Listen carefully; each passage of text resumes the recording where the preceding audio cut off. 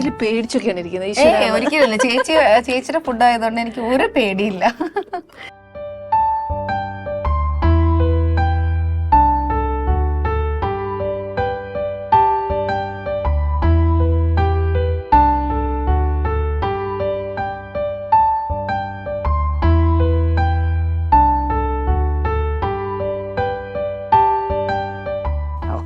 Salad കഴിക്കോ കുഞ്ഞ്? Salads ഇഷ്ടമാണ്. ചേച്ചി ഞങ്ങളുടെ കൂടെ ഇരിക്കുന്നത്. അതെ, ഞാൻ ഉണ്ടാക്കിയത് ഞാൻ തന്നെ എങ്ങനെ കഴിക്കുന്നത്. അത് മോശമല്ലേ? ഓക്കെ. അപ്പൊ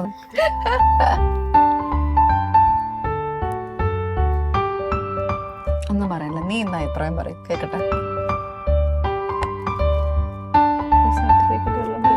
എക്സ്പ്രഷനിലാണ് എല്ലാരും ഇരിക്കുന്നത് കേട്ടോ. അടിപൊളിയായിട്ടുണ്ട്. ആണോ? ഞാൻ സാധാരണ പൊറോട്ട ലവർ അല്ല, പക്ഷെ ഇത് കഴിച്ചപ്പോൾ എനിക്ക് ഇഷ്ടപ്പെട്ടു. നല്ല കോമ്പിനേഷൻ ആണോ? എന്റെ ദൈവമേ, ഒരു കാര്യം ഉറപ്പാട്ടോ, കൊച്ചുള്ളത് പോലെ പറയുവേ. അതുകൊണ്ട് ഞാൻ പറയുന്നില്ല, നീ പറയൂന്ന് പറഞ്ഞത് കറക്റ്റ് ആയിട്ട് പറയും. എക്സ്പ്രഷൻ ഞാൻ ശരിക്കും ഞാൻ വിചാരിച്ച അവളിങ്ങനെ വല്ല പറയും, അങ്ങനെ കുഴപ്പമില്ല എന്നാ പറയാ. കറക്റ്റ് ആയിട്ട് പറഞ്ഞു. Thank you, welcome. അതാ ഇനി വലിയൊരു ആക്ട്രസ് ഒക്കെ ആകുമ്പോഴും ഇവിടെ വരണം കേട്ടോ. എന്ന് വെച്ചാൽ എനിക്ക് ഉണ്ടാക്കി കൊടുക്കാമല്ലോ അല്ലേ? അപ്പോഴത്തേക്ക് സമയമില്ല അങ്ങനെയൊന്നും പറയല്ലേ. എക്സിക്യൂട്ട് ചെയ്തെന്നുള്ളത് നേരത്തെ പ്ലാനിങ് ഒക്കെ പറയണം കേട്ടോ, അല്ലെങ്കിൽ നമുക്കൊക്കെ ഉണ്ടാക്കാൻ പാടല്ലേ.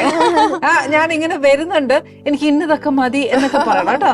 ഓക്കെ, വെൽ പ്ലാൻഡ് പിള്ളേരാ. അത് ശരിക്കും നമ്മൾ ഇപ്പോഴത്തെ ജനറേഷൻ പിള്ളേരെ കണ്ടുപിടിക്കേണ്ട ഈ കാര്യങ്ങളാണ്. അവർക്ക് എല്ലാം വെൽ പ്ലാൻഡ് ആണ്. അല്ലാതെ നമ്മളെ പോലെ ഈ പറഞ്ഞ പോലെ 50 വെച്ചിട്ട് 100 ചെലവാക്കുന്ന പരിപാടിയൊന്നും ഇപ്പോഴത്തെ പിള്ളേരില്ല.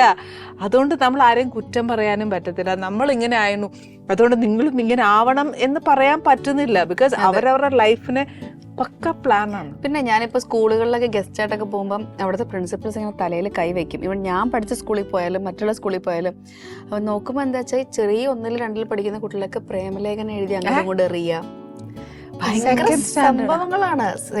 ഫസ്റ്റ് സ്റ്റാൻഡേർഡ് മുതല് എന്തൊക്കെ ഒരു ലവ് ചിഹ്നം, ഒരു LOV, സ്പെല്ലിംഗ് ഒക്കെ തെറ്റായിരിക്കും. അതാണ് സ്പെല്ലിംഗ് ഒന്നും ഒരു വിഷയമേ അല്ല. ഇതെടുത്ത് അപ്പുറത്തേക്ക് എറിയ, അതൊന്ന് ഇപ്പുറത്തേക്ക് എറിയ. ഇപ്പൊ ഒരു ദിവസം ഇതേപോലെ ഒരു സ്കൂൾ വണ്ടി എന്റെ മുമ്പിൽ വീട്ടിലേക്ക് വരികയാണ്. അപ്പൊ ഞാൻ നോക്കുമ്പോൾ ഇവിടെ ഇറങ്ങുന്നില്ല. അപ്പൊ ഡ്രൈവറോട് ചോദിച്ചു, എന്താ ചേട്ടാ ഇറക്കി വിടും, കുഞ്ഞിന് എന്തെങ്കിലും പ്രശ്നമുണ്ടെന്നൊക്കെ ഞാൻ ചോദിക്കുകയാണ്. അല്ല ചേച്ചി, അവളൊന്നും പറയരുത്. അപ്പൊ ഞാൻ എന്ത് പ്രശ്നം എന്നൊക്കെ പറഞ്ഞ് ഇവള് വേഗം ബാഗ് എടുത്ത് അകത്തേക്ക് ഓടുന്നു. 2 ലഞ്ചാണ്, ബാഗ് എടുത്ത് അകത്തേക്ക് ഓടുന്നു. ഒരു പേപ്പർ എടുത്ത് വലിച്ചെറിഞ്ഞിട്ടുണ്ട് മുറ്റത്തേക്ക്. അപ്പൊ ചോദിച്ചു, എന്താ വെച്ചാൽ അല്ല ആ കുട്ടിക്ക് ലവ് ലെറ്റർ കൊടുത്താരോ. ശരി ആയിക്കോട്ടെ.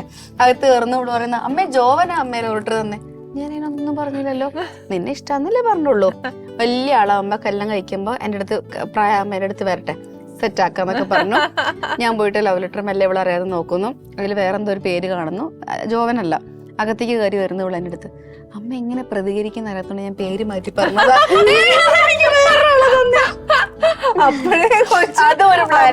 റിയാക്ഷൻ നോക്കിയിട്ട് കൊച്ചു പേരും പറഞ്ഞേ ജോവൻ എന്ന് പറഞ്ഞ അമ്മ വഴക്ക് പറയുമല്ലോ. അതായത് ഒരു പേര് ആദ്യം പറഞ്ഞാൽ അവന് പടി കൊടുക്കുന്നുണ്ടെങ്കിൽ അവന് കിട്ടിക്കോട്ടെ, അപ്പൊ പ്രതിയാവരുത്. അതുകൊണ്ട് ആക്ച്വലി ഭയങ്കര ശ്രദ്ധിച്ചോ കൊച്ചിന്റെ ഓരോ ഭയങ്കര അങ്ങനെ അവള് പ്ലാൻഡ് ആണ് ഓരോ കാര്യങ്ങളും. അപ്പൊ ഞാൻ ഇപ്പോഴും ഇവള് വലുതായി കഴിയുമ്പോൾ ഞാൻ പറയാം എന്തെങ്കിലുമൊക്കെ വരാറുണ്ടോ?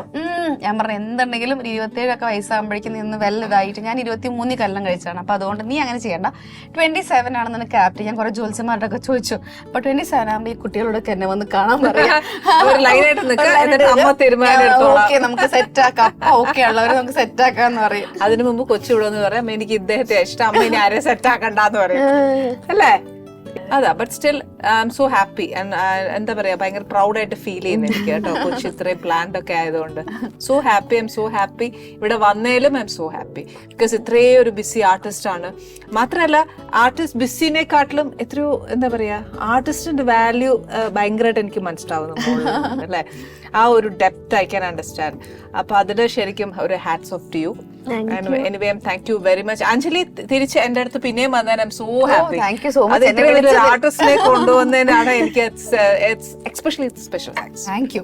അമ്മയാണ് ഇല്ലാന്നല്ല ഞാൻ പറയുന്നത്, ബട്ട് സ്റ്റിൽ അവളെ ഒന്ന് റിവീൽ ചെയ്യാൻ അത് പറ്റിയല്ലോ, അതൊരു നല്ല കാര്യല്ലേ. എനിവേ ഇനി വരിക, വലിയൊരു ആർട്ടിസ്റ്റ് ആയിട്ട് വരിക. എനിവേ ഞങ്ങളുടെ ബ്ലെസ്സിങ്സ്, അതായത് ആന്റിയുടെയും പ്രേക്ഷകരുടെയും ബ്ലെസ്സിങ്സ് എപ്പോഴും മോളുടെ കൂടെ ഉണ്ടാവും. ഓക്കെ, ഒരു ബ്രൈറ്റ് ഫ്യൂച്ചർ ഉണ്ടാവട്ടെ. Thank you so much. Anyway Anjali ഇടയ്ക്കിടയ്ക്ക് അങ്ങോട്ടും ഇങ്ങോട്ടും ഒക്കെ പോകുമ്പോ ഞങ്ങളെ കാണാൻ വരണം കേട്ടോ, അന്വേഷിച്ച്. Anyway thank you very much. ആ ചെറുത് കുറുമ്പിനടുത്ത് അന്വേഷണം പറഞ്ഞാലും മനസ്സിലാവില്ല. ഇപ്പൊ അഞ്ജലി എന്നെ ഫോട്ടോ കാണിച്ചു, ഭയങ്കര കുറുമ്പത്തിയാന്നുള്ളത് ആ ഫേസിൽ എഴുതി ഒട്ടിച്ചിട്ടുണ്ട്. അവളി ഒതുങ്ങുന്ന കാര്യം ഉറപ്പാ.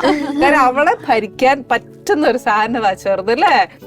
എനിവേ അതിനകത്തൊരു കുറുമ്പും ഒരു എന്താ പറയാ ഒരു കൂടപ്പുറപ്പിന്റെ ഒരു സ്നേഹം അതൊക്കെ വളരുമ്പോ മനസ്സിലാവും, അല്ലേ?